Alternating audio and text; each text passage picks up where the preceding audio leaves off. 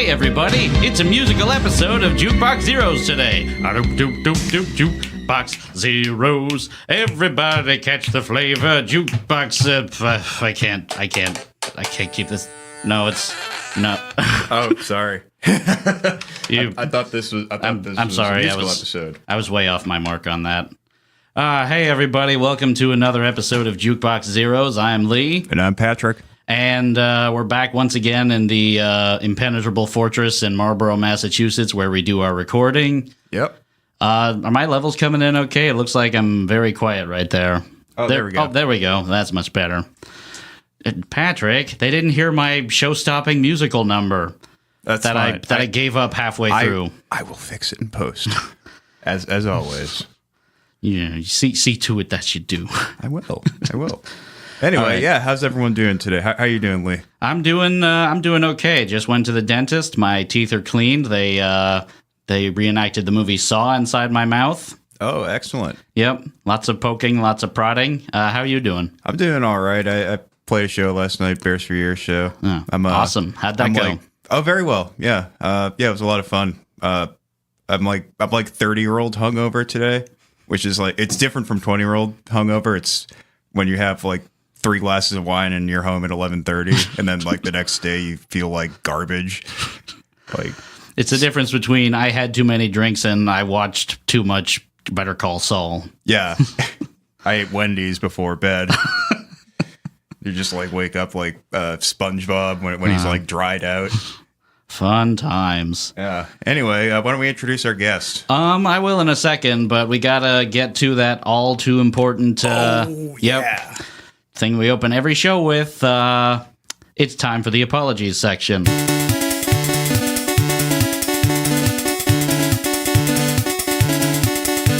Sorry. Anyway, that's the apologies there's a song new that we've sorry every always week. had. Oh yeah. If you can figure out where the sorry clips are coming from, send an email to your friends. Just start an email chain. Yeah. Just keep it going. Start a subreddit on that. But don't include us on it, please. I'm not into that. You got anything to apologize for this week, Patrick? Yeah, I mean, as usual, I'm feeling a little in rough shape, so I'm sorry if my responses are a little slow today or a little half-assed, I guess. Yeah, More than normal. I think I'm gonna apologize for that too, because I was in Portland, Maine last night and didn't get home till around 3 a.m. All right, I can't complain. Yeah, so we're both operating at half power today. So cope. But hey, I'm pretty sure the artist of the album that we're reviewing today was like also operating at half power. That sounds like a pretty good segue to introducing our guest. And I can't quite make out who it is over there sitting in the guest chair, but it looks like he's a film critic. He runs the website Kurland on Film, and he's the host of another awesome podcast called Writer's Bagel Basket, which I've been a guest on. Why don't we give it up for what appears to be the hazy silhouette of Scott Kurland? Hey guys, what's up? Oh, it is Scott Kurland, thank goodness. Yes, it is. Hey, thanks for coming. Thank you guys. I love this podcast, so I am so excited. Well, thank you. Oh, I'm glad to someone finally likes have it. you. I'm personally not a big fan, but I'm glad that you like it. I could this do without podcast? it, but Yeah, I mean, B plus Yeah, B+ at best. Too many likes. at best. Too many likes Too many likes. by our own admission. Yeah, Too many people liking it, and it's kind of upsetting. yeah. No, I meant like too many likes at like using like as a conjunction. Like No, just I think did. I'm right too. Yeah. All right. It's off-putting that so many people like us. I don't like you. I love you. I like you. Do you like me? Check yes, no, or maybe. Oh, bro. Oh Always boy, maybe. oh boy. Possibly. So this month's album, You rat bastard. Yeah, seriously. Oh my God, it sucks. It sucks on ice. oh boy. I mean, I don't know if this is going to be as bad as like, how you reacted when we did the Chris Cornell album, but this was tough for me. I was pretty upset, actually. This Yeah. had to be like after he got done with the station period where he was like eating nothing but cocaine and peppers and milk. Yeah. And he's like, know what I'm going to do? David? Huh? What? Well, this came out like a year after Let's Dance. So there clearly wasn't like very much thought put into it. It felt like, Right. it was a total rush job. Anyway. He did like 2 albums a year. So this had to be like that second album. Yeah, that's true. Yeah. We're doing all this talking about the album without having even gotten into who the artist is. So, you think it's time for a little contextual essay? We're talking about here we David go. Matthews, right? Okay, strap in. Get your popcorn and your nice little candies. The only reason why I came on this podcast. For the popcorn? For the No, snacks. for this. For your spiel. Oh, boy. David Bowie. That really should be all I'll need to say, but I'll continue. David Robert Jones, better known by his stage name David Bowie, was easily one of the most innovative and influential contemporary musicians of all time. Across the more than 50 decades that he was prominent, he released 11 #1 Billboard albums, had sold approximately 140 million albums worldwide, and was a guiding force behind the development of glam rock, new wave, art rock, punk, industrial, post-rock, electropop, and so many other genres.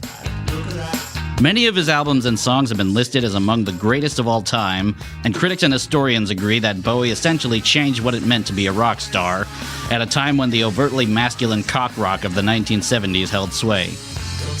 In writing for The Guardian, music critic Alexis Petridis referred to Bowie as the most important and influential artist since the Beatles. After his death from liver cancer in 2016, Rolling Stone magazine dubbed him the greatest rock star ever, and he was even paid posthumous tribute by Cardinal Gianfranco Ravasi of the Vatican. With such an amazing legacy to his name, you got to imagine that David Bowie couldn't have possibly made a bad album during his lifetime, right? Well, let's set the scene thusly. 1983 saw the release of David Bowie's 15th studio album, Let's Dance. His first album after leaving his longtime label home, RCA for EMI, and following the conclusion of a long period of artistic experimentation and growth. After toying with electronic, art, and krautrock for so many years, Bowie effectively made a 180-degree turn with Let's Dance, which contains some of his most commercial material to date. Critics weren't necessarily impressed with the new dance-centric direction that Bowie was going down, but audiences ate it up. Let's Dance ended up being Bowie's highest-selling album and contained 5 Billboard charting singles. Naturally, expectations were pretty high for what happened next. What followed was the 1984 album Tonight, which was released immediately after the tour for Let's Dance concluded, and by Bowie's own admission was a ploy to keep the newfound audience he'd acquired, even retaining many of the same session musicians from Let's Dance to get a similar sound. Though Tonight was a commercial success, reviewers trashed the album for a lack of creativity and for blatant pandering. The very same Alexis Petridis who compared Bowie to the Beatles said of the album, Let's Dance had its moments. Tonight, however, did not. The Rolling Stone album guide referred to the album as an expensive quickie padded with lame covers, and our good friend Stephen Thomas Erlewine from AllMusic declared the record one of the weakest albums Bowie's ever recorded. Bowie himself would also distance himself from the album, while publications have pretty much agreed that it was one of the worst, or one of the worst anyway, one of the worst albums of his career. And you know what? We're going to listen to it. So strap in, folks. Oh, really? This would be like my 16th time. No, That's way too many times. I was telling Pat, I kept listening to it because I couldn't remember. Because like a few days would go by and I was like, have I listened to it yet for the podcast? You did way more homework than we did, it was I so feel like. unmemorable that I just kept forgetting. Yeah. And I'd be like, couldn't crack that nut. Like, it's terrible. Halfway through, I was like, oh shit, I've already listened to this. Like, going back to some of these songs was actually kind of eye-opening to me because... like most of my early musical memories came from listening to stuff that my parents played, and they just had like a plethora of albums, and they loved this album. Really? 'Cause Yeah. My So dad it's probably loved gonna- Hunky Dory. Oh yeah. And- I mean, this isn't their favorite Bowie album, but they still loved it. Yeah. Whose favorite Bowie album would this be anyway? Tina Turner's. Oh, yeah? Oh, that's right. She was on here. Very poorly on here. Oh, yeah. I mean, everyone was here poorly. This is the album that Cocaine made. Yeah, cocaine and Yeah, I'll clear that subtitle. Yeah, because well, Cocaine made a lot of Bowie's albums. To be fair, That is true. bad cocaine. Like, wasn't one of the producers Derek Brambles? Yeah, Derek Bramble was a producer, and when we were talking about it over the group chat, you mentioned Hugh Padgham, I think, was one of the producers. Yep. And he Mr. did Hugh work for Padgham. Phil Collins. Yeah, so Hugh Padgham basically he co-produced Peter Gabriel's third album, Melt, with Steve Lillywhite, and if you've ever heard the first track, Intruder, which Phil Collins actually plays on, it's sort of like an early example of that like big gated snare that's sort of boop boop boop boop boop boop. That's sort of associated with Phil Collins, but. And then later, everyone in the 1980s. Exactly. Which Pretty like much. it really isn't that like crazy of a concept. It's basically just like putting a gate after the reverb and the chain, like instead of before. Sorry. With Derek Brambles, he was the music producer for American Idol. Oh, And- really? Really? Yeah. I didn't know that. And that made like 100% clarity when I was listening to this album. I'm like, oh, this sounds like a shitty American Idol album. Like, Yeah, because it's just all American Idol is all about just well, just toting out those old classics. Right, and- like God Only Knows and I Keep Forgetting.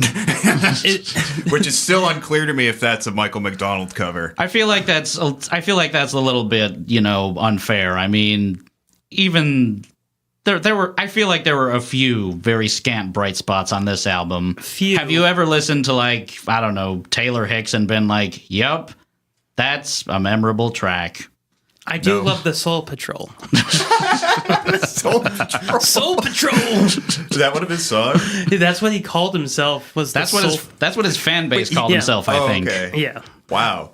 The Soul Patrol. The Soul Patrol. Taylor Hicks. Yep. I mean, The Soul Patrol. somehow slightly more embarrassing than Parrot Heads, but okay. No, that's really embarrassing. Taylor Hicks was also, when they brought Grease back to Broadway, he was teenage. Wait, he was playing a teenager? He played the teen angel that Frankie Avalon played. Oh, so he wasn't. Oh. He was like beauty school dropout. He's like has gray hair. Oh man, Grandpa's singing to me again. Oh my god, yeah. It's okay. He's dead. Remember, he's playing a dead guy. It's okay that he has the salt pepper hair. Wait, who's dead? Taylor Hicks. No, he's not dead. No, the character the he's teen playing angel. is dead. The teen angel. Oh yeah, because you have to be dead in order to be an angel. I guess. That's the rules. That's what God said. I don't know. Unless you're a baseball player in Los Angeles. Grease, the weirdest musical of all time. You have a teen angel and you have a girl who has to get a baby taken care of. And then they get in a Corvette and drive off into space. In the movie version. So before we actually start getting into any of the tracks, I have a feeling everyone has some kind of David Bowie related story, like whether they realize it or not.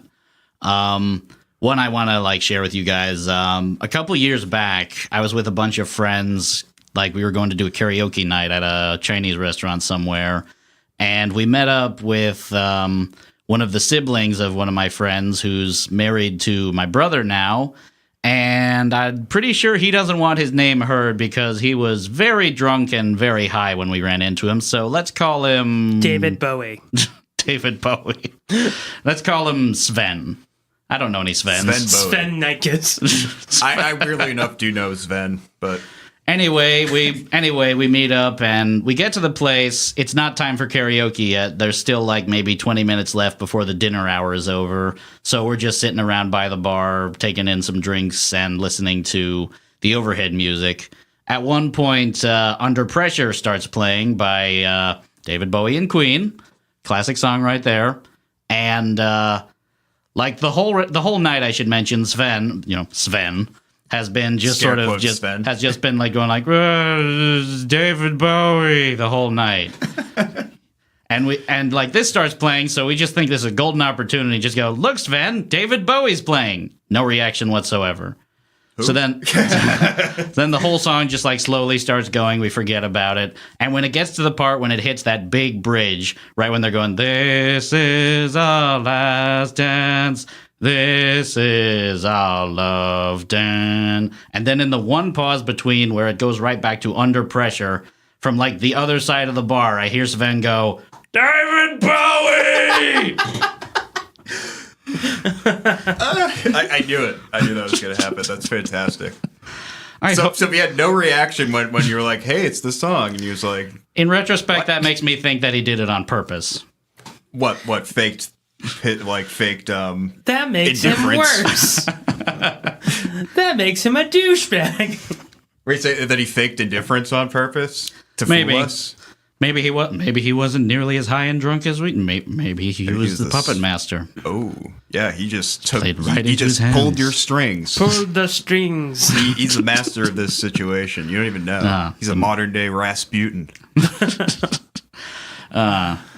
So it seems like if it seems like we're, really padding this episode out, it's because it really seems like we don't want to get into some of these tracks. Well, also, this album's as really usual. short.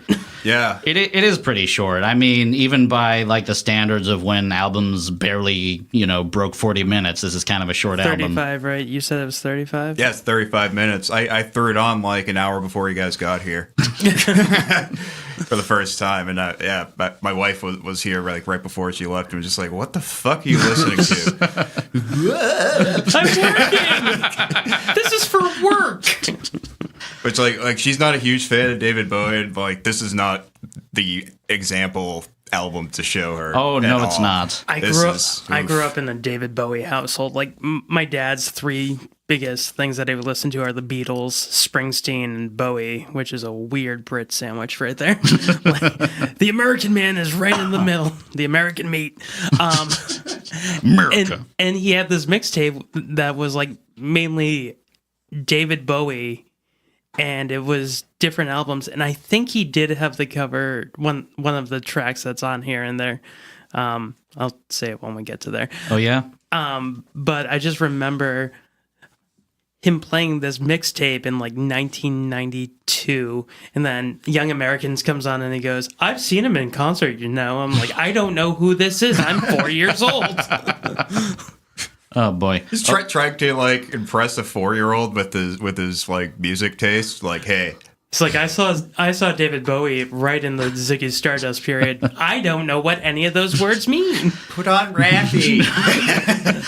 Great, Dad. I'm sure that's important to someone. Can you put Perry Como back on? Now there's a man who knows how to write a Not song. me. A very sophisticated 4-year-old. I'm sure that's important to someone, not me. My primary concern is whether I have enough gushers. It was a long road trip, and he kept passing by like truck stops like there's a McDonald's. I've listened to David Bowie. I don't care. I want McDonald's. What, you mean you've never been on a road trip with your parents and played a rousing game of McDonald's Bowie? McDonald's Bowie.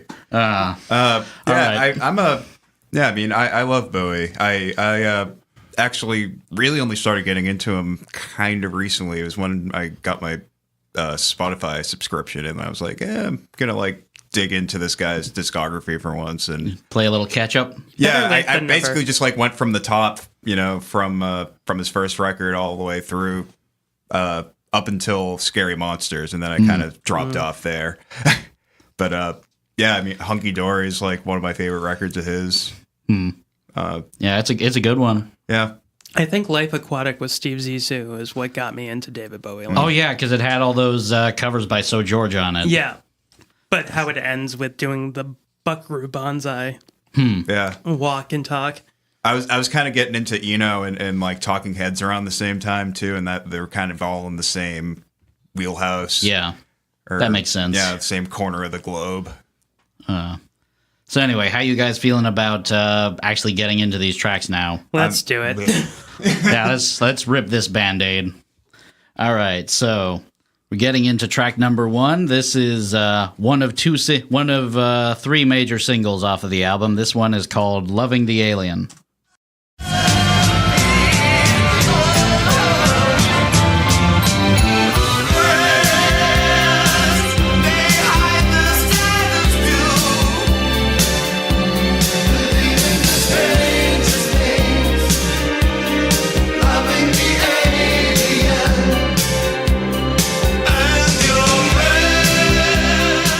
3 major singles from the album and one of 2 tracks on Tonight to have only been written by David Bowie alone.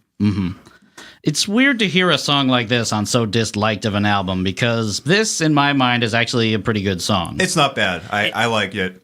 I tolerated this. Yeah, same. I don't know. I feel like this track is fairly high tier. Like, it could stand with a lot of other... It's not like, Heroes or Life on Mars level Bowie, but it's like, top 20 or like cool 21, 22. In the choruses, like, so there's some cool tensions happening. Well, I did the time frame of when he recorded this, and this is when Labyrinth went into pre-production. So I feel like this was like a demo track that he like played for Jim Henson. This felt like a Labyrinth song, like a song that would be in Labyrinth. And Jim Henson said, 2 things are not going to happen. I'm not going to use this track, and I am not going to go see a doctor. Oh, boy. And he starts coughing. A little blood into his... What? He should have saw a doctor, guys. Dead puppeteer jokes. Anyway. No, but that's what this felt like to me. This felt like a Labyrinth song. A lot of critics tended to agree that this was kind of a highlight because even though Tonight got terrible reviews, Loving the Alien was very frequently cited as a highlight track. Yeah. I could picture that like being a live favorite too. Yeah, it sort of has and like, that. Even though this was like ostensibly meant to be a very commercial album, this still feels less grounded than a lot of the other stuff. This felt experimental. It's like Ashes to Ashes type Bowie. Yeah. A little bit. I will say though, it did not need to be 7 minutes long. Yeah, that's 7:25. 7.5 minutes. So I was doing the dishes like while listening to the album, and I sort of zoned out because they were just like vamping for 5 straight minutes, and then a solo, and then they vamp for like another 2 minutes, and another solo's kicking back in. Cool. Like, did anyone else get a Psychedelic Furs vibe?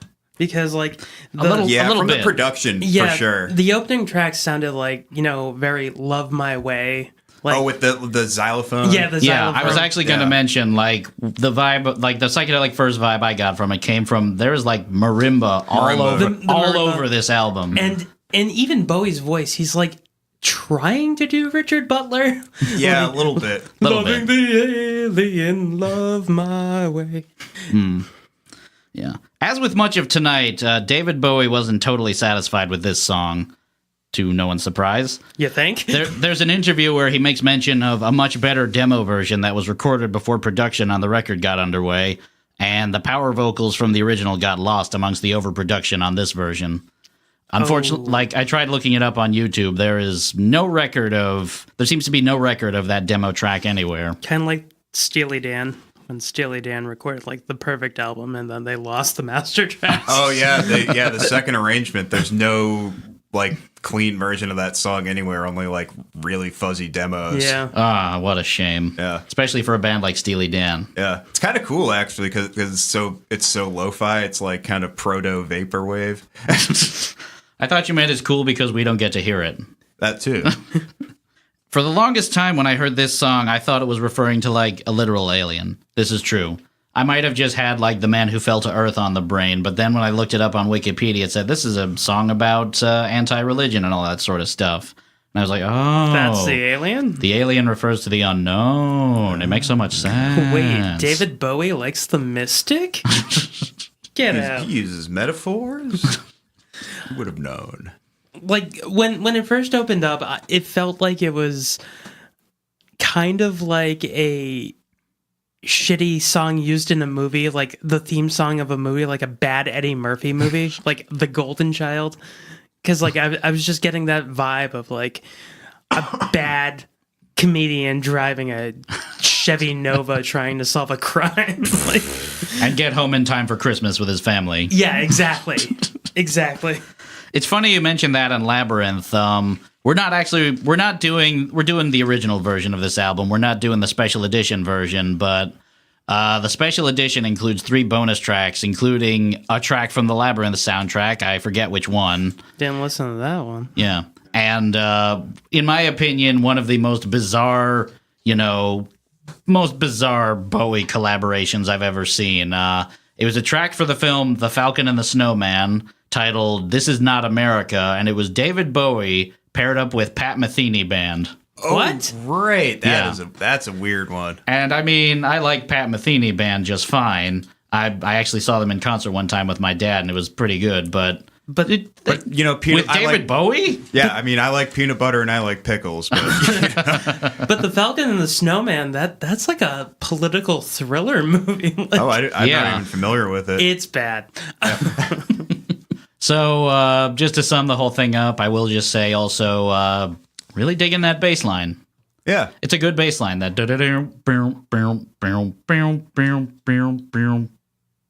Is Who it played like guitar? I like it. Mice? I like it. Who played guitar on this album? I didn't even check. I think there were multiple guitarists, but Not Stevie Ray. He wasn't there. no, he was on Let's Dance, but definitely not Yeah. this. He was fired like pretty soon after. I know definitely Carlos Alomar was on it because he's just always been collaborating with Bowie. Yeah, he helped write some of the tracks too, right? Yeah, I think so. A couple of them. I didn't think to bring the Discogs this time around, unfortunately, because I really should have saved that for the apologies section. Well, next I week. fucked up. Oh, there's your apology right there. Next month. Next month. Yeah. So yeah, great highlight of a track. It sounds like. Unfortunately, after that, the album takes a bit of a dive. Yeah. You guys want to move on to track number 2? No. Yeah, for the dive. Yeah, absolutely. Fucking lay it on me. Can't wait. Okay, I'm hearing an okay and a no, so I'm gonna have to break the tie and say, all right. This is track number 2, titled "Don't Look Down." I always hear that crazy sound from New York to Shantytown. There's always something there. Don't look down. No. So this is David Bowie does reggae, and No, I didn't think anyone wanted that. I certainly did not. I thought it was like a lame Bob Marley cover. I had to look it up because I knew this album was like a series of covers, but I was not expecting it to be an Iggy Pop joint. Yeah, it's he takes some real liberties with it. He's combining, like, it felt like reggae and like softcore porn music. Yeah, you're definitely getting the yacht vibe on this. Yeah, like Mixed with the softcore porn. So the British pornographic industry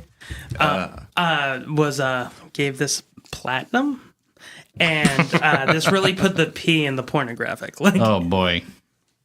Wow. David Bowie has done a lot for music, which, you know, I feel gives him free reign to experiment with whatever he wants to experiment, which he's done a lot. He's toyed with drum and bass, free jazz, Italo disco.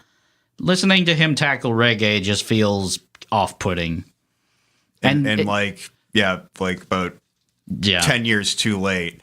It's not even the most embarrassing reggae thing he's ever done, if you can believe that. Go back and listen to Lodger. Listen to the track Yesassin. It's right. bad. It's really bad. bad. I forgot about that one. well, it kind of feels like when a celebrity tries to tackle something else, like when you guys were talking about Hulk Hogan, like when he tried to do rap, this is like Bowie trying to do reggae, and I was waiting for him to be like, "Hey man, what's going down?" Hey, man. in his very deep baritone voice. Hello, I'm David Bowie.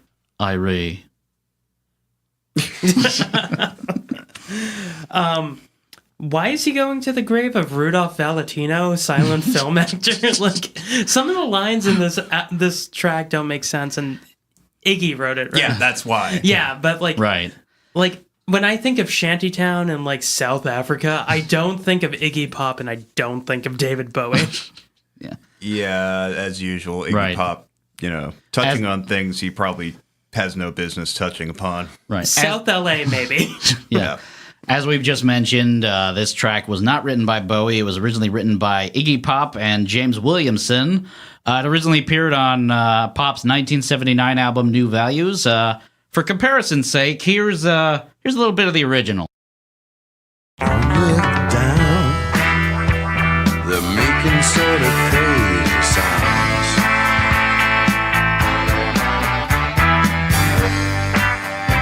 It's different. Much It's better. different and like Markedly significantly different. better. Yeah, it sounds a bit like a Velvet Underground song a little bit. Yeah. Like, the only connecting thread between the two is that this also has a brass section. I hated the brass section. Anytime on this album, anytime like a saxophone, I have like written down in other tracks, like what the hell is with this sax? And It's in this, 1984 is the problem. well, yeah, thanks. It's 80s. 1980s brass. Yeah, very, Like- very high end. I was just so tired as I was writing my notes. I don't even remember writing this, but I hate this track more than I hate Oprah's favorite things. I think this was like at 2 a.m. I was like, what? I mean, to be fair, one of Oprah's favorite things was the James Fry book at one point. Great. Yeah, exactly. I also wrote cocaine is bad. Cocaine is very bad. This ladies album and- is proof that cocaine is bad. Ladies and gentlemen, if there's anything you can take away from this episode, cocaine is bad. Just know that. Look at what it did to David Bowie. Yeah. Because this was right after like this was after his like cocaine, milk, and peppers like station to station. Yeah, like, well, there was that, and then the Berlin era. He was kind of like Right. getting into that, and then he was sort of waking up around Scary Monsters. but Right. this is pure cocaine Bowie, right? I mean, he probably slipped back in. Oh, He might have just been like drinking a lot. It too. does not Who work knows? for him at all. well, alcohol and cocaine Bowie is very bad Bowie. It's a bad. It's a bad bad mixture. anyone. Yeah. How he wrote Labyrinth is like how he wrote the music for that is beyond me because that those songs are at least very catchy. Yeah, That is true. and that didn't come out for like another couple years after this album, right? He was in pre-production because Right. it takes so long to choreograph the music with the Muppets. Right, that, and you got to build all those fuckers too. Oh yeah. That took like so long. They fucking CGI people. They don't understand the work that used to go into fucking making these creepy things. Well, all the costumes and the wig were Bowie's. Like they're like, we don't know what you want. He's like, don't worry, I'll That bring makes something. perfect. And he That just makes pulled absolute perfect sense. He pulled it off of his rag. He's like, how does this? How about this one? And I got this poofy rig. Did he bring were the two bocce balls his too? Yeah. That seems like something that seems like a Bowie decision. I don't think. Just stuffing his pants with those balls. I think he also provided what's her name's dress, Jennifer Connelly's poofy dress. Oh boy. I used to make Mick Jagger wear this all the time. I don't know why he sounds like Paul McCartney. Back to this track. It's unsettling to listen sucks. to. It's and not in a good way, like more of David Bowie's left field songs. It doesn't click as a pop friendly song either. It feels like it's just trying to have it both ways, and it's not working. Yeah, the brass section and like the backing vocals is just very suffocating and like way too much. Can't get into it. This track is like when Barbra Streisand tried to do like she tried to do like a reggae version of like What? of like Maria or like Barbra Streisand doing reggae. I'm just saying that Oh my god. this is on the same level of that. Oh my god. I mean, that sounds pretty bad, but somehow I can still see Bowie doing reggae a lot more than Barbra Streisand doing reggae. Are you looking that up? No, I was going to, and then I don't want to That go just down. yeah. I don't want to go down that rabbit hole. We No, might not we right might now. we might need to save that for a future episode, Yeah, I was just thinking the same thing. That sounds fucking bonkers. which Scott will also be the guest on. Damn it! I wanted to be on River of Dreams. Oh, we'll get to that one too at some point. So we're on to track number 3, and you can't see it, but on the table that we have where we keep all of our drinks, there's just a whole bunch of knives. Like, just a ton of knives. A bunch of butcher knives. I want this Bowie meat knife. cleavers. Just, a Bowie knife, butterfly knife, and, like, Patrick and Scott have been putting their damnedest effort in to keep me away from these knives the whole time. Patty's got another one. Put down the knife, Lee. Put it down. But anyway, Give it to Daddy. I'm fine. I'm fine. okay. I no longer want to kill myself. Because God only knows where I'd be without you. That's This right. is- Track number 3. It's a Beach Boys cover. God only knows. The world could show nothing to me. So what good would living do me? God only knows what I'd be without you.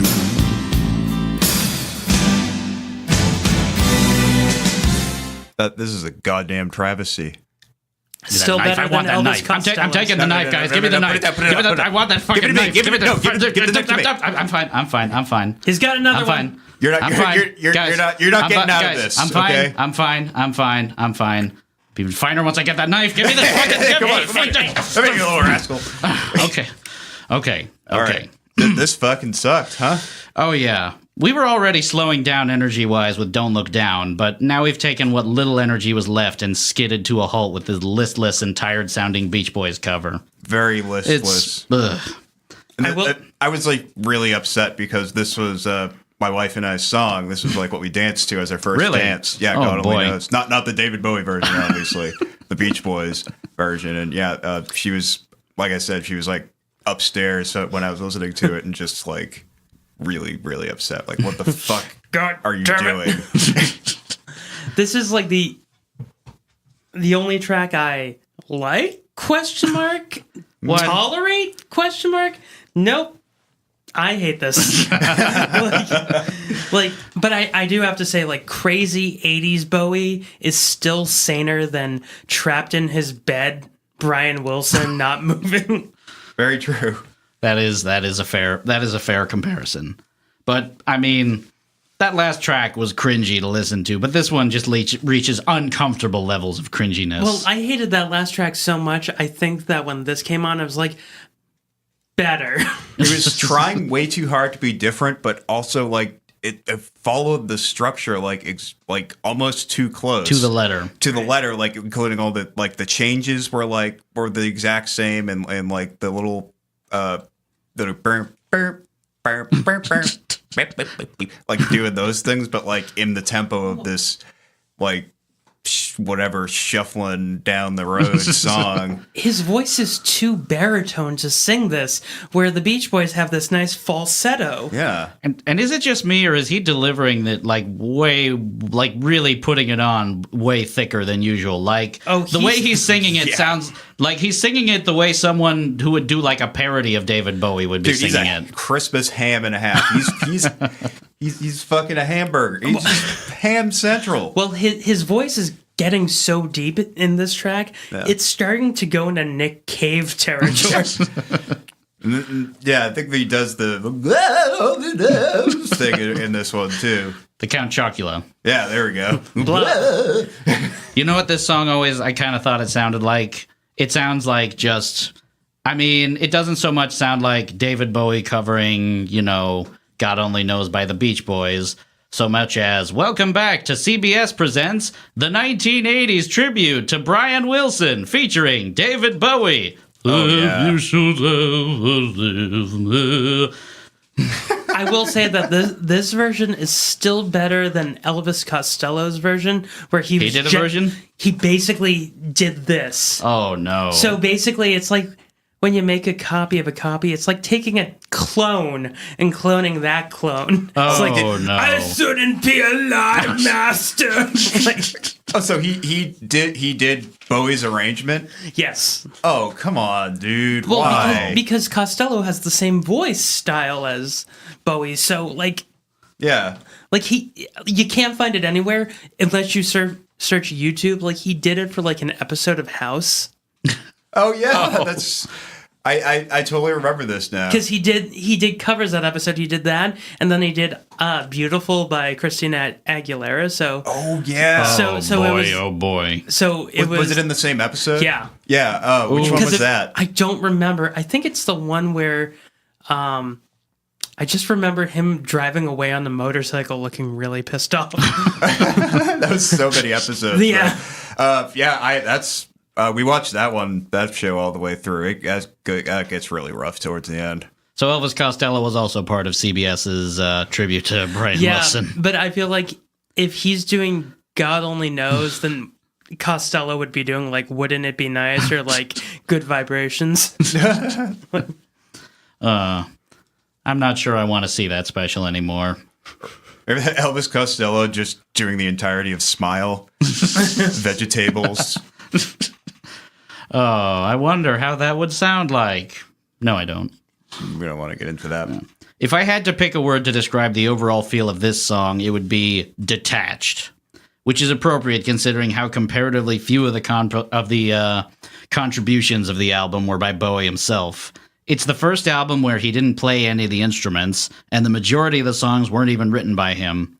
Like, apart from the 2 tracks he wrote entirely on his own, his contributions were mainly just vocals. Of course he didn't play any of the tracks. He was probably so high on cocaine he couldn't move. Yeah, just way too jittery to hold the guitar. I feel like Iggy Pop was holding him up in the studio, putting his face to the microphone. He's like, okay, David, you sing now. Okay, better. Let's try this again one more time. Come on, man. I shouldn't be doing this. I'm Iggy Pop. Just holding them. I'm supposed to be the crazy one. Just holding Bowie by the scruff of his neck. Klaus Nomi is holding his legs up. You need to do the song, David. Come on, man, hurry up. So, to sum up, this track is bad and we don't like it. If the underlying idea was to replicate the radio-friendly, dance-heavy sound of Let's Dance, to throw such a sweepingly maudlin ballad into the track list, really bad choice. It's so depressing, too. It's like God Only Knows is supposed to be a beautiful love song, and this is just... It just sucks the life out of like the whole momentum, quote-unquote. All right, give me one of those knives. Yeah, seriously. Oh, boy. Since you mentioned that, it actually kind of reminds me of a story from when we both were at the WXPL radio station at Fitchburg. Yeah, what? I don't remember those days at all. I think, I forget if I was sitting in on your show you were doing or if you were sitting on mine, but one of us was playing like For My Lady by the Moody Blues, which is your show. Which is this really nice sort of like, very Renaissance-y sounding kind of love song. And immediately towards the end, you just remarked, this is the song that a guy sings right before he puts a gun to his head. Because it just ends with this nice sort of like, to my lady. Da, da, da, da, da, da, da, da, da, da, da. I won't be at Thanksgiving. Not coming down for breakfast. To my lady who slept with that bastard Brent from accounting. It's always a guy named Brent. So, who feels like moving on? I don't, but let's do it anyway. Yeah, we have to. We started it. We can't just stop in the middle of it and give up. I hate this next track so much. More than I hate Oprah's favorite things. Fuck your favorite things, Oprah. God damn you. You're on notice, Oprah. We're calling you out. I bet this album is one of her favorite things. If that's true, come on the podcast, Oprah. You can give you that segue. You can help us review Love Beach. I never get tired of that joke. The sad thing is eventually we're going to have to review Love Beach, and then we won't be able to do that anymore.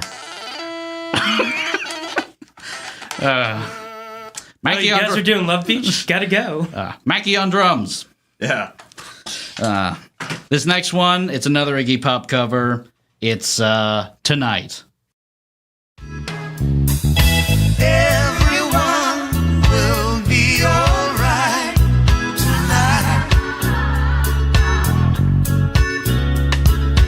Everyone will be alright tonight. Another single, another reggae track, another Iggy Pop song. This one, David Bowie actually had the distinction of co-writing. And it's got Tina Turner on vocals. Tina Turner sounds so confused to be there. What am I doing?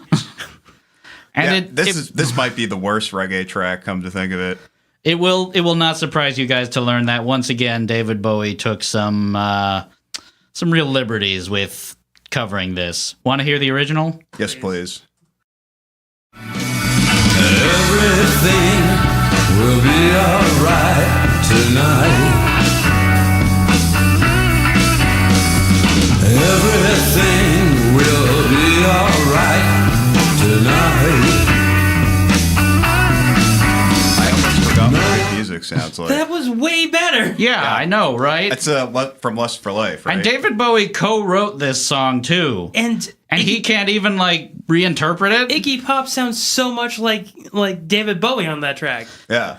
Like All you had to do is just use the same arrangement and give like a chorus to Tina Turner. It's fucking lame that they named the album after this cover song, too. That really bothered me. I can't claim to know what was going on in David Bowie's head at the time, but I am having a hard time making the connection between Iggy Pop's proto-punk and the sounds of Rastafari. Well, I feel like he pitched to them Loving the Alien as like, because that's track number 1, and they're like, David, we're not going to do Loving the Alien. Pick a different track. How about Tonight? No! Come on! Pick Tonight. No! I don't know. I mean, the whole impetus of the album was that David Bowie got all this extra fans from Let's Dance, so then he just felt like he had to put out another album like this to keep all those new fans in. So if you put them together, it would be Let's Dance Tonight. Yes, no. That is the complete double album set. I don't like it. I don't like it. Let's Dance Tonight. I don't like it at all. Nope, that's going to be a new playlist. I'm going to make the Spotify playlist right Patrick, do you want to Let's Dance Tonight? Oh, yeah. Let's Dance Tonight? I'm ready to Let's Dance tonight. 3 Let's Dance Tonights. How am I the only one that's not okay with this? As with Don't Look Down, this does not work, especially compared to the original, like, which had, I mean, when we were just listening to that clip, and you could tell there was like a sense of hopelessness and bleakness to it, because it's a song about a heroin overdose. That's what the song's about. Yeah. Yeah. And then we get this polished and shiny, UB40 B-side, basically. This sounds like it should be playing at like a Margaritaville Jimmy Buffett restaurant. Oh, totally. Hey, you want your parrot chicken? Welcome to Bowieville. Everything will be all right tonight. Try the poppers. And I really hesitate to say this because Tina Turner is on the track, but this is just like the whitest fucking thing I've ever heard, too. I mean, I don't know how you guys feel, but I feel like Tina Turner kind of not saves, but kind of salvages the track a little bit. Like, that's the only compelling part of it to me. A little. I mean, she sounds confused, but she's still putting the effort in. I'm not a big Tina Turner fan. No? I actually use Tina Turner to punish my dad. He has a mini Google Home, and like whenever he says something ridiculous, I say, "Okay, Google, play Steamy Windows." And he's like, "Damn it, I need to take that off my." Play one of her like '90s albums or something. Play What's Love Got to Do with It. So, also, wasn't this like Beyond Thunderdome, Tina Turner? I think so. Yeah. When did Beyond Thunderdome come out? 84 or 85. So, it had to have been around that time. So if not. I just picture her showing up in the studio in her Thunderdome outfit, like, come on, hurry up, I need to go. Let me into the studio, David. Who runs Bowie Town? David, what are you doing? Who runs Bowie Town? David Bowie runs Bowie Town. You may enter. That's the password. Do you think that Tina Turner was like Krusty the Clown, just walking in the studio? Come on, let me show you how it's done. Bam, bam, bam. Verse 1, everything will be all right tonight. Verse 2, everything will be all right tonight. Boom. All right, Tina, we're just setting up right. Tina? Once again, touching on the notion that this would be a sequel to Let's Dance, I should mention there's a key component missing from Tonight that would kind of doom it from the start. Niles Rodgers. The frontman from the legendary disco funk group Chic and producer of Let's Dance is nowhere to be found on this album. Like, he definitely brought that kind of dance pop suaveness to Let's Dance, whether you liked it or not. I felt like that was the whole point of Let's Dance, was that it was Nile Rodgers producing David Bowie. Without him, Tonight is just very by the numbers, paint by numbers functional when it's not venturing into these weird ass reggae detours. The production's very knockoff Niles Rodgers. All the reggae tracks felt like Brambles. That's entirely possible. Like that's what he's known for, is that crappy like yacht rock, like, you know, American Idol, just safe for white middle class people. And like Hugh, it felt like he was like loving the alien. That's about it. For a good quote on this, I turn to one of the grumpiest men in rock journalism, Robert Christgau. With Nile Rodgers gone, the dance potential of the second album of his professional phase is negligible, and he's favoring the tired usages that have been the downfall of an entire generation of English twits. Harsh. Yeah, pretty harsh. Or is it He's an all music justified? guy, right? What?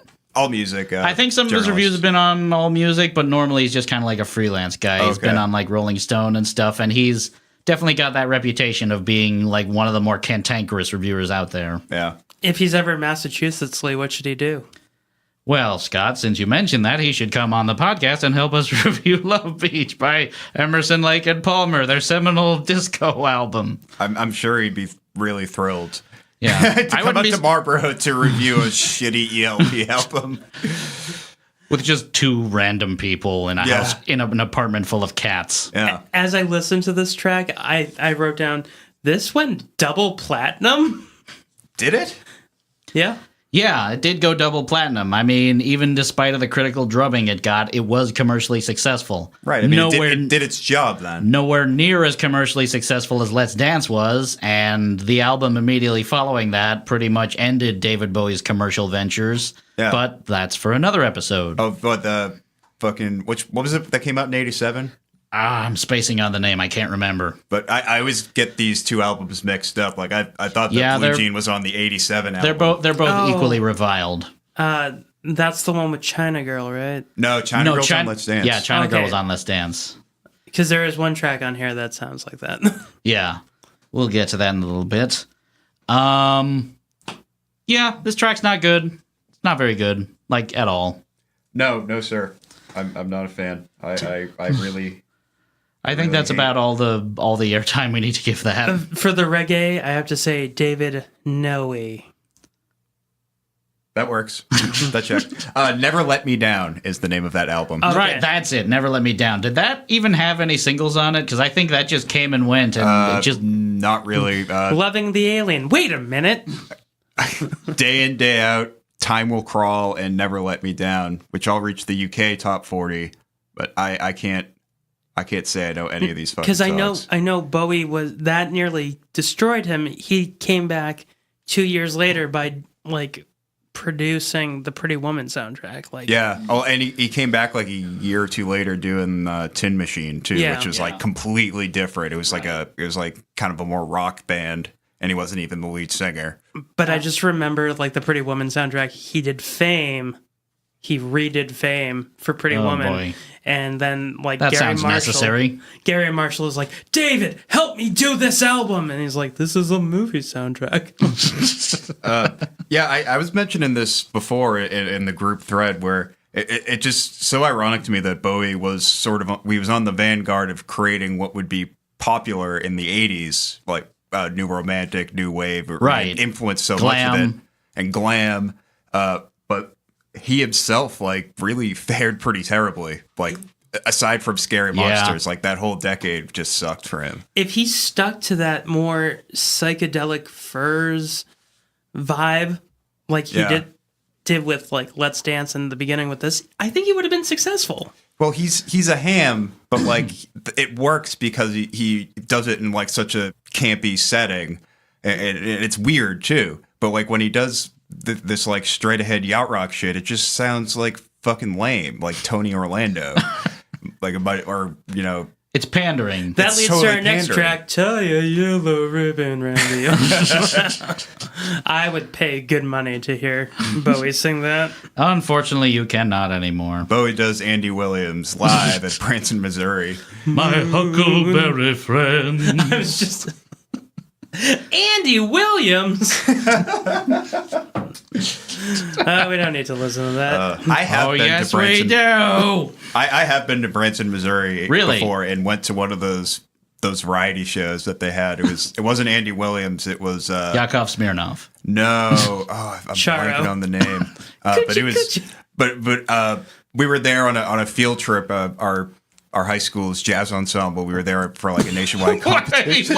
Wait a minute. Why were your you jazz ensemble decides Branson? No, okay. There was a nationwide jazz ensemble competition going around, and it was in Branson, Missouri for some fucking reason. You'd think it'd be in like New Orleans, right? Yeah. I mean, it was probably just cheap real estate. Well, they probably didn't want all those kids going to whorehouses.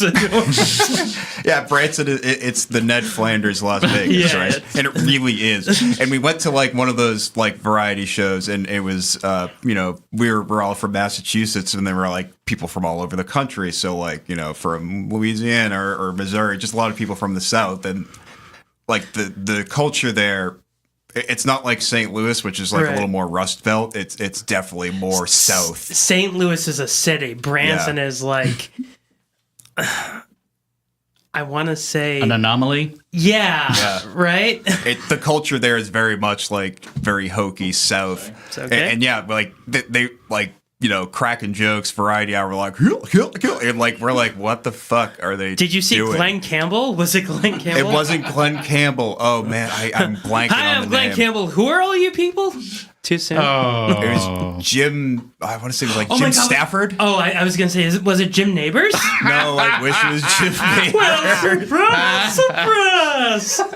Good to see all of you. It was Jim Stafford was the guy's name, and yeah, he did like this whole like hick like variety show, and like, but they did a cover of "My Heart Will Go On" at one point, and like. A giant ship came out onto the stage with her at the front, and like we were like the ninth graders were like, "Oh, come on!" There was one mom who was like, This is Bravo! this is just sounding more and more like the Planet of the Apes musical. yeah, totally chimpanzee. chimpanzee to chimpanzee. Jazz band. Jazz band. Anyway, we won that competition. Did you guys win because you guys had light sticks like on The Simpsons? I wish. No, we were just like the only. I think it was. There wasn't really any. I think you just paid to get in or something. So there weren't really very many other well prepared jazz groups as us. Did you guys go to like a 99-cent buffet? Oh yeah, we did. I got all this prime rib for 99 cents. These mashed potatoes are gonna go down easy. They taste like victory.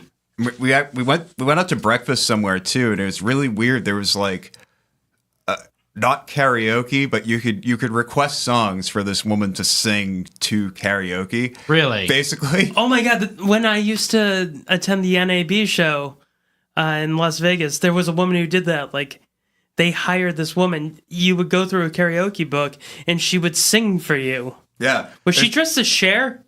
No, she was an older kind of like what's the racist cook from the Food Paula Network? There? Deen? Paula Paula Deen. She's Deen. kind of like a Paula Deen looking like from the I don't South. want to hear her sing. No, you don't. But I mean, this lady had a I don't decent think voice. there are that many songs about butter. Like a rhinestone cowboy. That is such a weird concept. I'd never heard of that. Because it's like, I mean, it's taking karaoke and then removing the fun part about karaoke. Yeah, you're just like having someone else do it for you. Well, in Las Vegas, there was a woman who looked like Cher. That's why I asked if she looked like Cher, because she was singing Gypsies, Tramps, and Thieves. I think the only way that could make that fun for me is if you just discard the book and just have her just do any song you want. It's like, yeah, your next request is fucking Hamburger Lady by Throbbing Gristle. Just start making up songs. I don't think Cher's allowed in Branson, Missouri. Can you guys do You Suffer But Why by Negative Threat? These are all obscure industrial bands, I assume. That one's actually a grindcore band, and Okay. yeah, Throbbing Gristle is like one of the first industrial groups ever when it was still like a noise group. I know my shit. I know you do. I don't. So we spent all this time talking about karaoke to get into track number 5. Track number 5. This one this is called Neighborhood Thread, and just listen. Everybody always wants to kiss your trash. You can't help, nobody can. There's nothing to get. Will you still place your bets on the neighborhood thread? Yep, another Iggy Pop cover. This one David Bowie actually co-wrote with Ricky Gardinier. Thank God it's And- not another reggae song. Just Like Tonight, the original version also comes from Lust for Life. And Just Like Tonight and Don't Look Down, it also kind of diverges from the sound a bit. Here's a bit of the original. You can't help it, no one can. And now that it knows, there's nothing to get. Will you still place your bet against a neighborhood threat? Yeah, didn't even recognize it. I mean, That's a good track. That one doesn't really diverge as much as the other two, I feel like, because it's not fucking drenched in reggae, but the original's better. Though. The original's still way better. I didn't hate this as much as I hated those other two. No? No. Like, this one felt very Modern Love-ish. Yeah, a little bit. Yeah. I could see where the tie is. I feel like wasn't there a song that was kind of this tempo on Let's Dance too? I haven't listened to it in a long time. You mean besides Modern Love? Besides Modern Love, yeah. Cat People? Yeah, Cat People probably. That's That's a good comparison. Yeah, baby. There might have been another one, but I'm spacing on it because it wasn't a single. It's not really off the top of my head. Was anyone else, like, bugged by the backing vocals? Like, I found them so distracting. Yeah, absolutely. Because there was, like, one girl who was singing, and then one guy was like, neighborhood threat! Yeah, I hate it. It wasn't really adding anything to the song. It was just like every so often you just hear someone go, ah! And that's about it. Yeah, a lot of the backing vocals were like really suffocating and distracting on this album. It just felt like super cheesy. Yeah. I mean, I guess this does kind of sound a little like the original, but now just imagine everyone's wearing leisure suits and they have so much fucking pomade in their hair. I'm not seeing leisure suits. I'm seeing more of that Eddie Murphy raw leather suit. The one piece, like, you need to get in, like, baby oil and, like, talcum powder to get into it. Just a red leather jacket and nice, good That's stuff. delirious. Raw was the one piece. The red jumpsuit. Okay. The purple jumpsuit. The red jumpsuit that makes him look like he's going to storm the base. The fucking AK-47. But this track sounded like the only time he, like, sobered up enough to have fun. Yeah, like it was had a little more energy. Like, his will to live was, like, it was there. Slightly more apparent. I mean, it's funny you mention that because, I mean, David Bowie may have disavowed himself from Tonight over time, but Neighborhood Threat was a track that he got a really quick jump on disowning. He wasn't happy about that compared to all the rest of it. Here's a quote from a 1987 interview with him conducted by Music Magazine. That's one I wished I'd never touched, or at least touched it differently. It went totally wrong, it sounded so tight and compromised, and it was a gas doing it. But it was the wrong band to do it with. Wonderful band, but it wasn't quite right for that song. Yeah. I mean, that might have been an instance where Bowie should have exerted a little more control over the arrangements instead of just being so hands-off. He touched it wrong. I think this was a Hugh track. He used the wrong Bowie finger. Yep. Wrong fingy. I think this was a Hugh track. I truly believe. Yeah? I think it was. I mean, it does have the gated snare in it. That's why. Yeah. That as soon as that snare came on, I was like, that's not Bowie. Bowie's not touching this one. I can definitely feel it coming in the air tonight. Yeah. It almost sounded like Trevor Horn-esque too. Lord. Which actually, I think he produced the Labyrinth album, Trevor Horn. So from the sounds of it, like, didn't really like it, but not nearly as bad as some of the other ones. It's in the middle. Yeah, I just can't stress enough what a bummer it is that so many of these Bowie songs just sound so polished and precise. I mean, even his more lush orchestral stuff still had kind of an edge to it. Yeah. And the production here is just so tidy that it's defanging in many ways. Like, if you're going to do a cover, the best cover I've ever seen him do is with the actual band.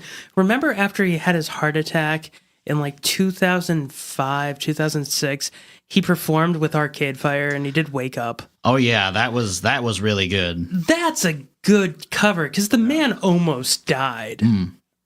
Like 3 days later, he's like, okay, I gotta go perform at a show, bye. And it wasn't a fucking reggae cover, I assume. Yeah, because Arcade Fire's like, no. Aughts Bowie was Thousands Bowie was like really understated Bowie. I'd say late 90s like that's to early aughts Bowie. Yeah, those like were good 98. times. Like that was when he was like hooking up with Trent Reznor, and then later with Arcade Fire and Right. TV on the radio and all that sort of stuff. When he worked with TV on the radio, at first I was like, that's not gonna work, and then I was like, that's really good. Oh yeah, it fucking worked. He did some stuff with Placebo too at one point. I think. Oh really? Yeah, I think he. And that sounds like it would work. Yeah, well, there's a version of oh my god, Without You I'm Nothing. That was gonna kill me if I didn't remember that. Anyway, there's a version of that song with him doing backing vocals on it. I'm pretty sure. Oh, out wow. there. Yeah, and I gotta look that up. think they I opened need for to him. hear that. Yeah, Yeah, we got to look that up. That sounds pretty amazing. yeah, and like Bolko is totally channeling Bowie like all over that album too. Oh boy, when is Moko not? On the first album, he sounded more like Geddy Lee to me. Yeah, okay, that's fair. Yeah. Let's move on to track number 6, which I consider to be one of the lone bright spots on this album. Wow. Track number 6, titled Blue Jean.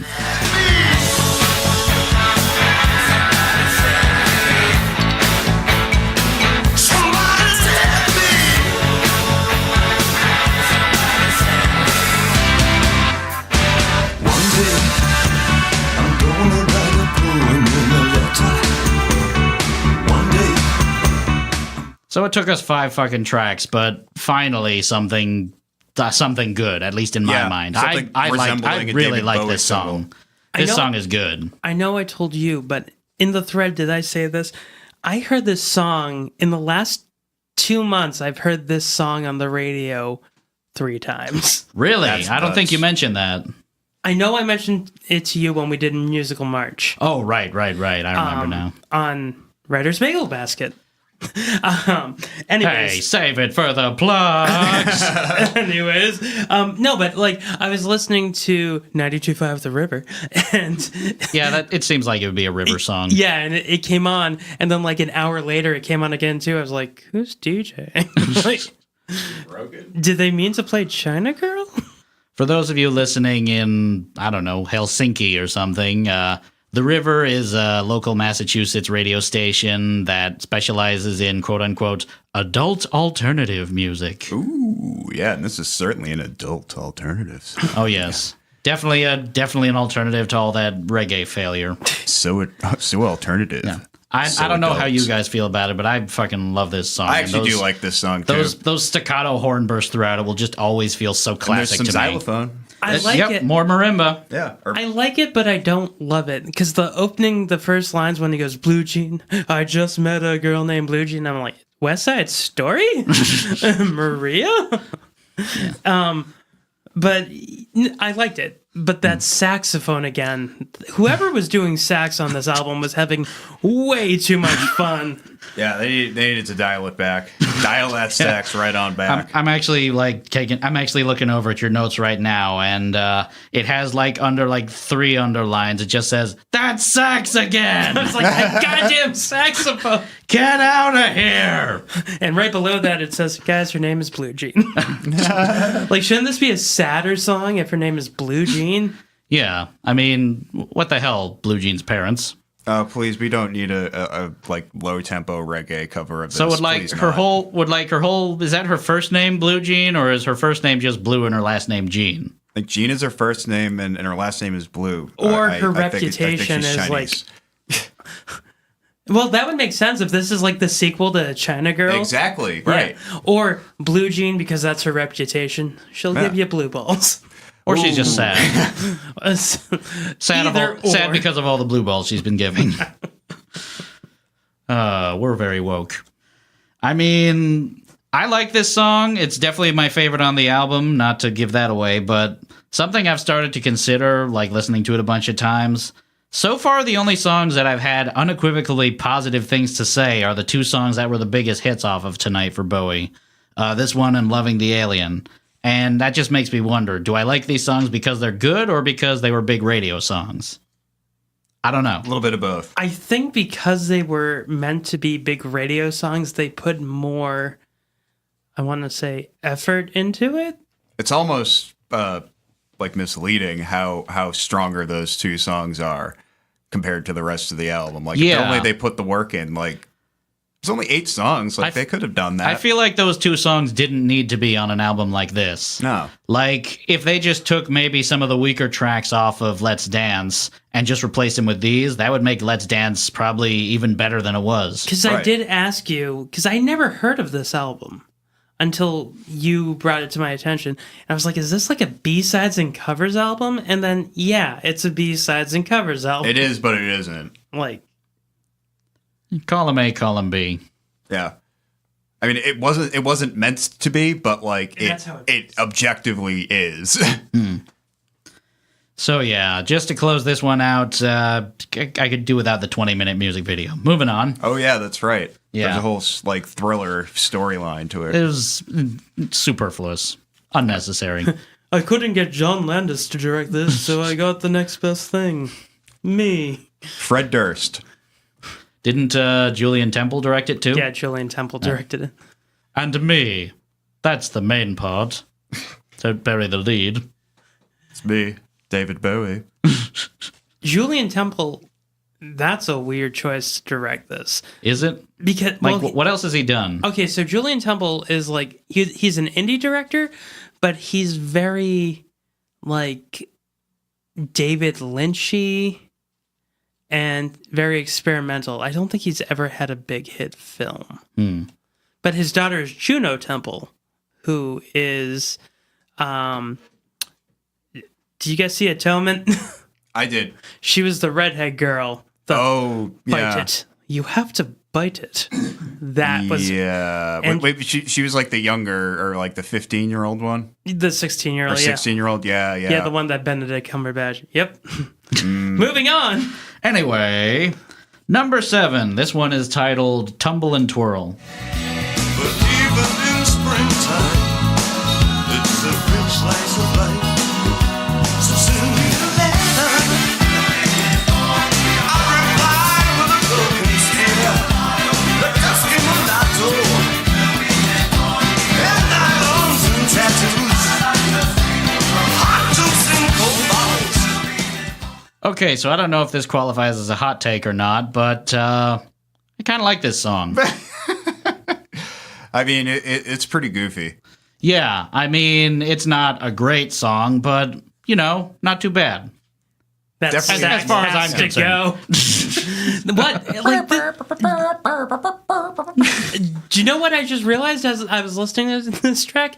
They're general public. Like, that's what they sound like. They sound like general public. I don't know. I mean, this track has some really neat sort of polyrhythmic things going on that make it sound a little bit Talking Headsy. It's not that bad, I feel like. Yeah, but No? Am I alone here? well, in the middle of the track, he gets like the tone shifts greatly. Like, he goes from being like a little sad and then he's happy again. Like, it's like, oh, I'm sad again. Someone get this man cocaine. Revive him. Get him some milk and Prop him up, peppers. Iggy. Yeah. Right, get on his butt. Speaking of which, unless you haven't been paying attention, I mean, like, really, really, really not paying attention, you probably noticed well before this track, there is a lot of Iggy Pop on this album. This was another track, this was another track that, I mean, it's an original track, but Iggy Pop co-wrote it with David Bowie. Yeah. And it probably won't surprise you to learn that, in addition to wanting to maintain the level of commercial success that Let's Dance brought him, Tonight was largely an excuse for him to work with Iggy Pop some more. Here's how he put it in an interview with NME. What I really suppose I wanted to do was work with Iggy again. That's something I've not done for a long time, and Iggy wanted us to do something together. So, at least he's having fun with his mates while he wrote the album. But what do you suppose the recording process must have been like the whole while? I wonder what that sounded like. Flashback, flashback, flashback, flashback, flashback, flashback, flashback, flashback. Can we just have that every episode? Okay, sorry. Flashback, flashback, flashback. Hello, I'm David Bowie. Hey man, I'm Iggy Pop. You want to work on an album, Iggy? Sure, that'd be fun. Oh, I'm Paul McCartney. I was just up the studio writing my next Christmas album. It's got really bad keyboards on it. Ooh. And scene. I'm surprised Klaus Nomi didn't show up. Hey, guys. This is great radio. Maybe there was another flashback. Ooh! What's he doing here, Klaus Nomi? I don't know, Mr. Bowie. End scene. I am clearly a sucker for a good brass section, too, because, I mean, you clearly have no love for the brass section on this. But I normally love a saxophone. Like, I mean, on this album. Right, in this album, like, the saxophone player was clearly like, Bowie is so strung out and out of it. Let's see how far I can get away. Once again, I used to perform with General Public. You guys want to hear tenderness? Who's General Public? So in the 80s, do you remember the band The English Beat? Oh, yeah. Yeah. So, What is it, like, meter in the bathroom or something? Mirror in the bathroom, Save It for Later. Yeah. Save It for Later was their big track. Well, he ended up forming another band with the guy from Fine Young Cannibals. Okay. And they were called General Public, and their big song was Tenderness. And they used a ton of saxophones. And it was on the Clueless soundtrack. Oh, boy. Yeah. Tenderness. When did this come out? I don't remember when the song came out, but Tenderness they play all the time on 92.5 The River. Oh boy. Fine Young Cannibals and one of the guys from English Beat. That seems destined for like a VH1 Best Week Ever trivia point.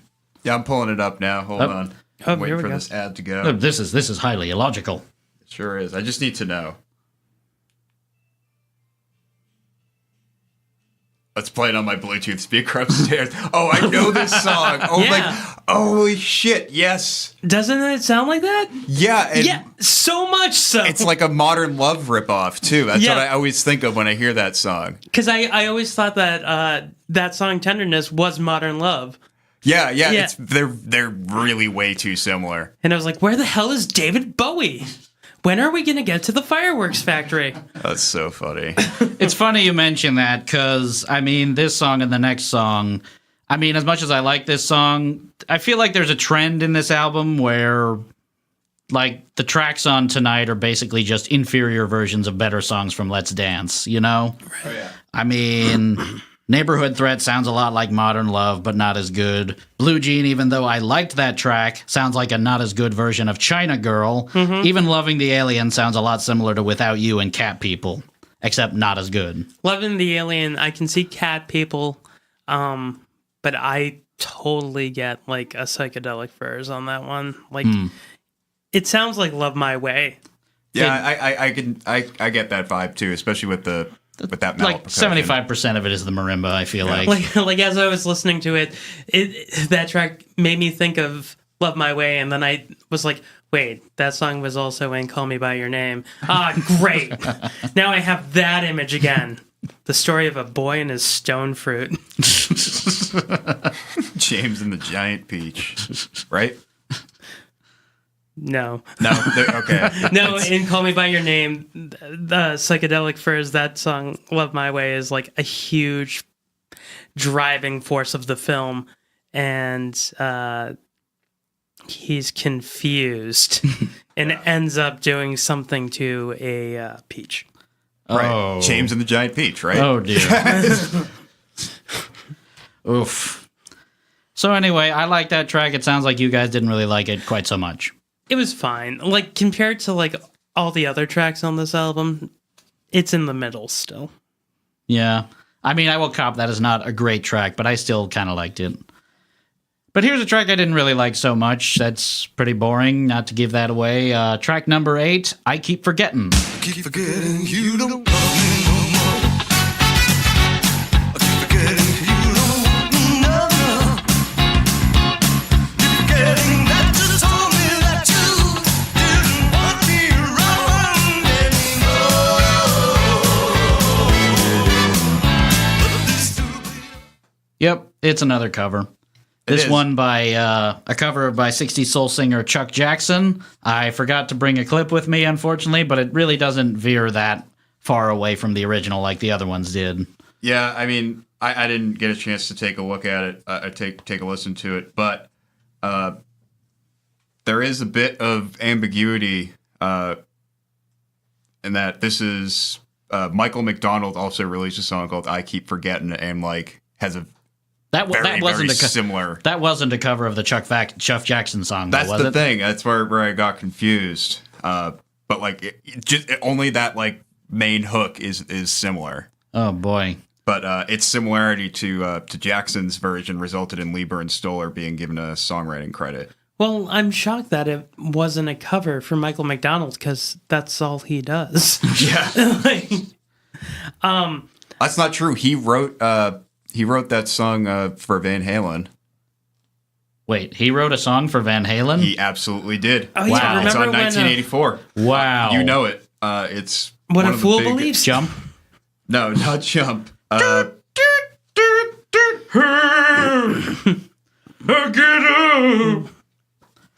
Might as well jump.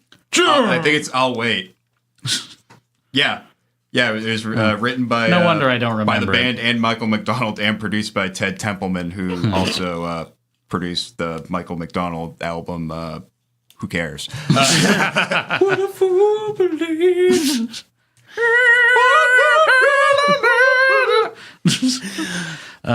Welcome back to Mike. Welcome back to Michael McDonald cast. Michael McDonald, for the love of God. My If you parents, want to come on the show, please review Love Beach with us. Oh my God! That would be my such a distinct get. honor. my parents saw Michael McDonald last year, and my dad was more excited seeing Michael McDonald than I've ever seen him, and he's seen Springsteen like 7 times. Really? Like, Was this when Michael McDonald was like touring with Steely Dan again? Or? no, he did like a solo concert in Lowell. Oh, was that a summer music concert? Yeah. Not going to Oh. lie, I would go to a Michael McDonald Steely Dan bill in a heartbeat. Oh my God. He could fill in for, Walter Becker. Oh, Yeah. problematic. Probably too soon. Problematic box zeros.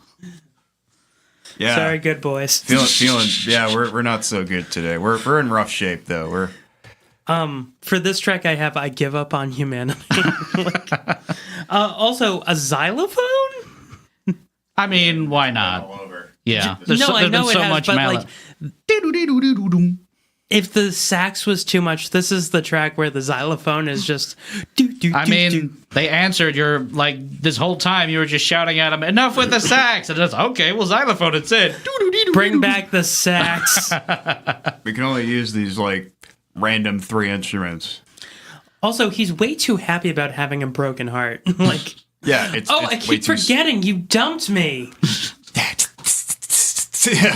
Real snappy. All right, what do we got? We got one more song, right? Yeah. Let's I mean, wrap this shit up. Sounds like you guys didn't really like I Keep Forgetting. The most I can say about it is that it's the second last track. I Yeah. didn't hate it. I hated it, but it was really catchy. I mean, my only favorite part of it was the little synth drum parts where it just went. "Doo-doo-doo." Yeah, That was kind of fun. sure. Why not? But we could get those synth drums on a much better album. Right. Totally.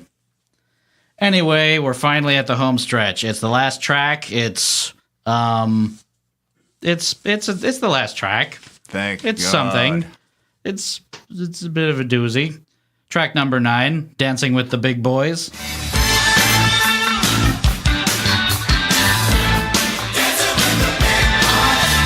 One wrong word and you're out of sync. Talking about a hands-on policy.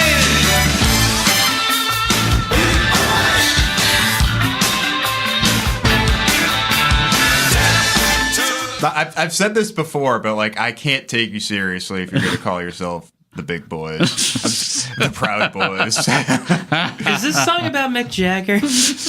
Oh, the Big Boys. This felt like a precursor to Dancing in the Street. Streets. Yeah, this is where things got a little big. Oof. One last original track to close it out. This one written by Bowie, Iggy Pop, and longtime collaborator Carlos Alomar.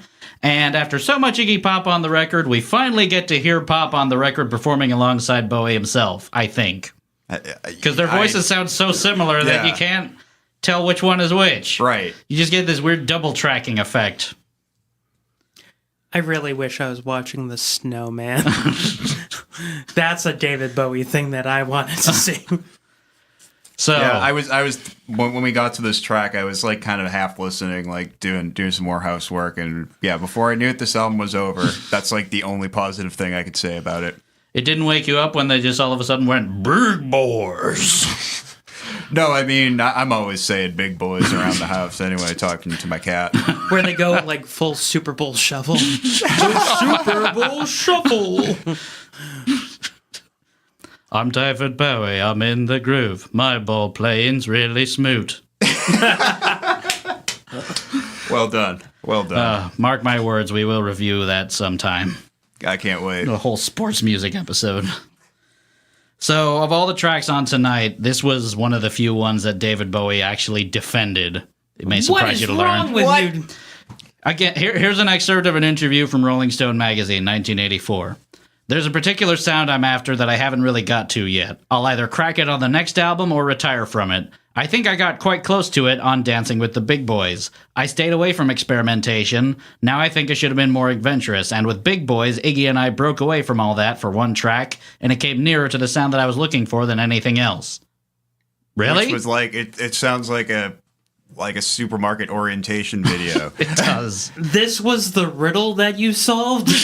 Like, this is what you were looking for? That was his white whale. This was what he was searching for throughout the whole creative process, the scare quotes creative process of the making of David Bowie album. That was the inspiration for that U2 song about not finding what you're looking for. Yeah, more than likely. I feel like the album started with, like, the remaining twinkle of Ziggy Stardust, and then they just murdered him. Yeah. They're like, oh, aliens, eh? Bang, bang. I got so close on this song. It just didn't sound nearly plastic enough as I wanted.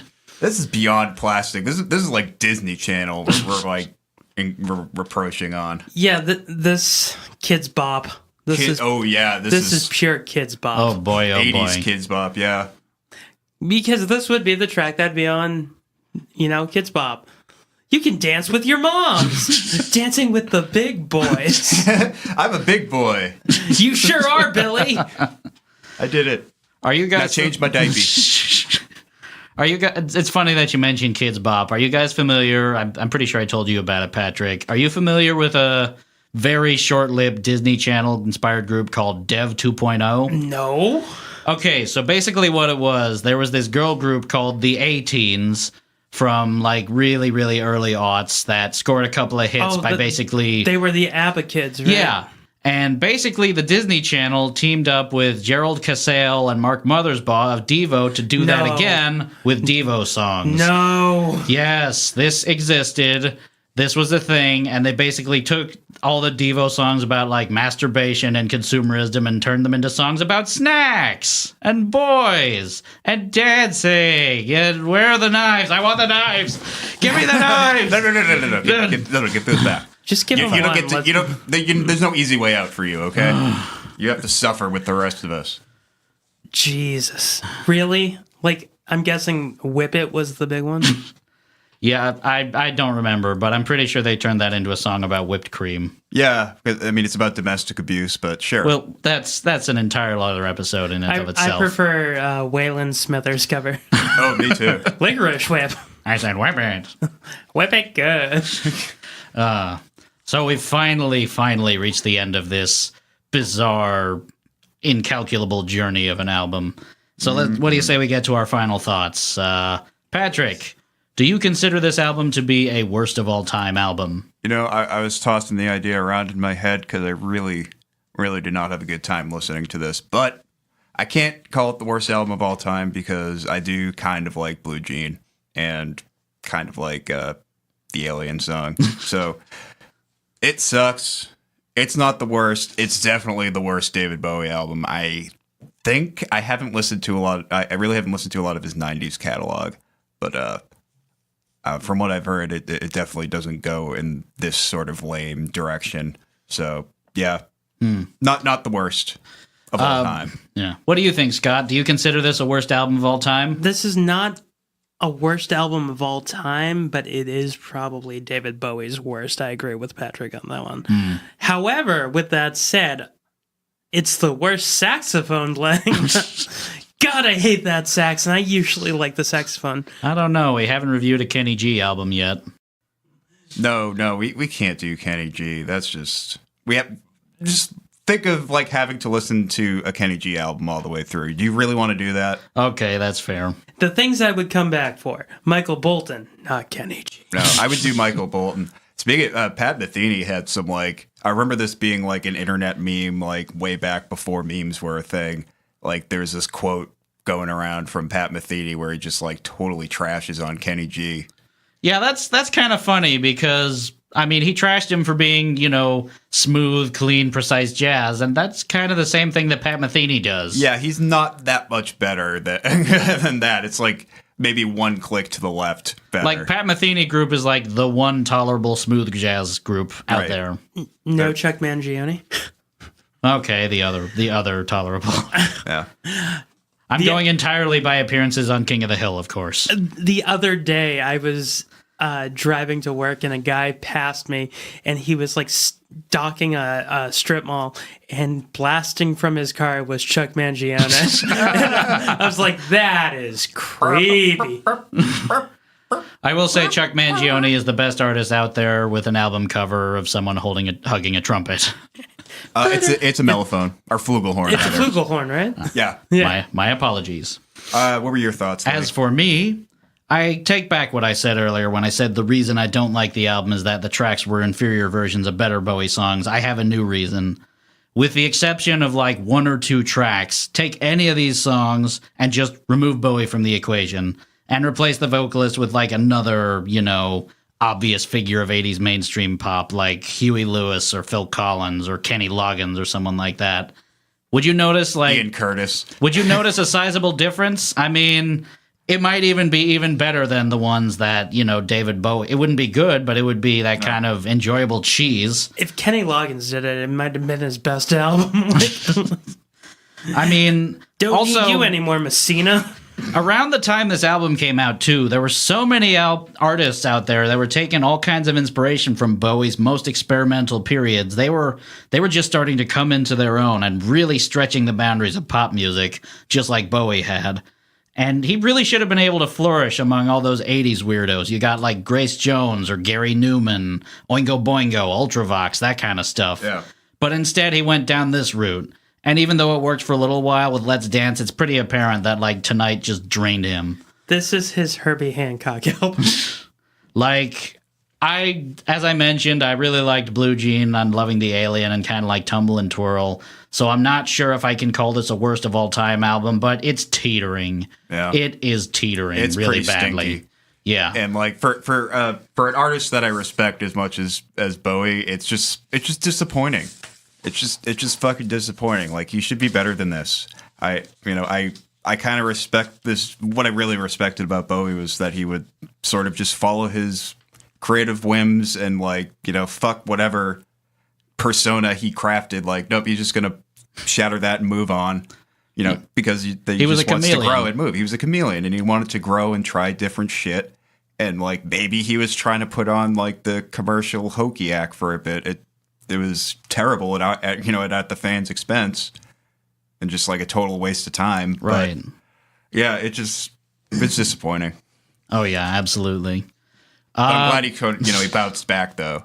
He sort of I think he sort of figured it out towards the end of the 80s, and that's probably why he like stepped away from being a lead singer for a while and did the thing with Tin Machine. Yeah, Tin Machine wasn't great, but I feel like he needed to do that in order to get himself realigned. Yeah, then he didn't end up doing anything until 93, the Black Tie White Noise, which wasn't terrible for an early 90s album.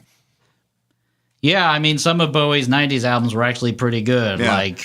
Well, this was like very underrated pre-industrial stuff. This was like more. He's trying to do like more house.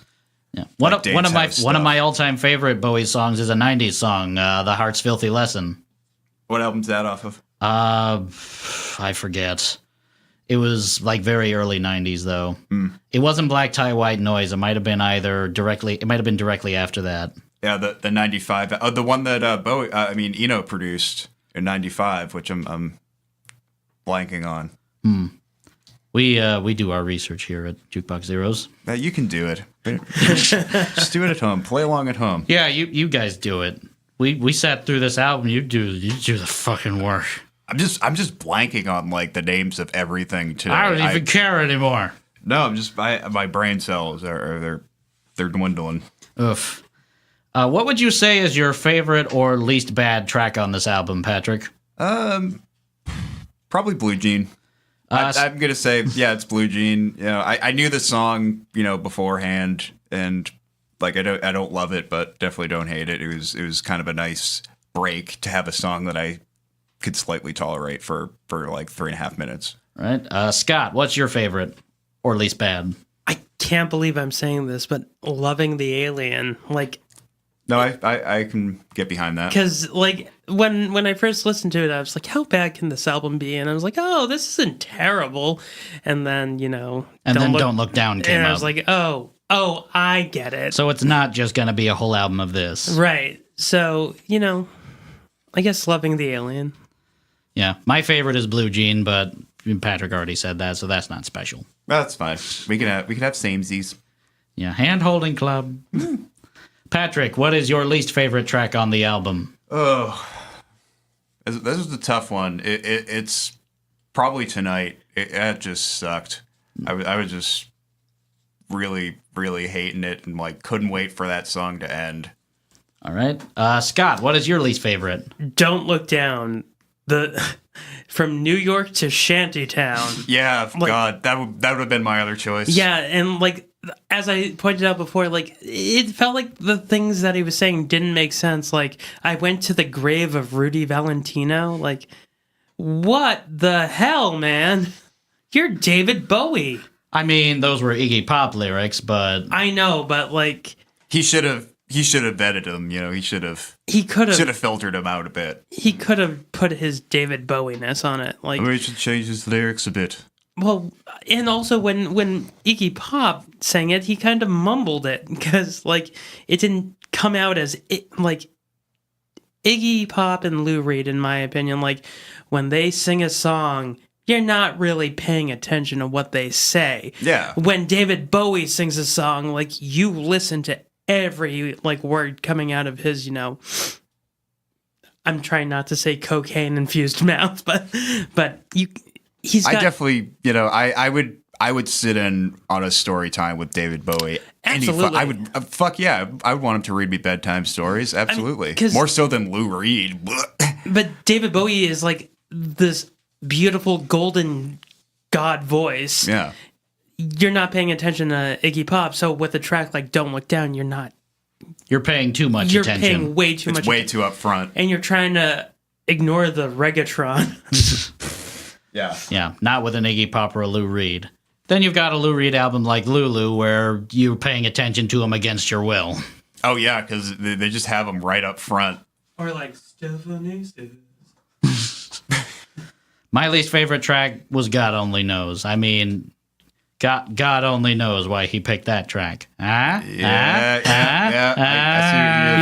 to add a waka waka. I'm going to take that knife. Give me this. Yeah. I'm going to go ahead and take one, too. Oh, take boy. One home. Scott Kurland, thank you very much for popping in on this episode. This was a delight. Yeah, definitely got to have you back sometime for when... I looked forward to this for when we do months. the Kenny G episode. Oh, thank you. Oh, boy. Do you have anything you'd like to plug? Yes, I have a podcast, which you've been on many times before, Lee. And it's a good one. Yes, and both of you guys in the future... we're working on something, so stay tuned for that. It's called Writer's Bagel Basket. Follow us online. No, I'm just kidding. Lee was making fun of me earlier because when I was recording my promo for it, I was choking. And You just sounded so happy, though. I'm not doing I didn't know that at the time.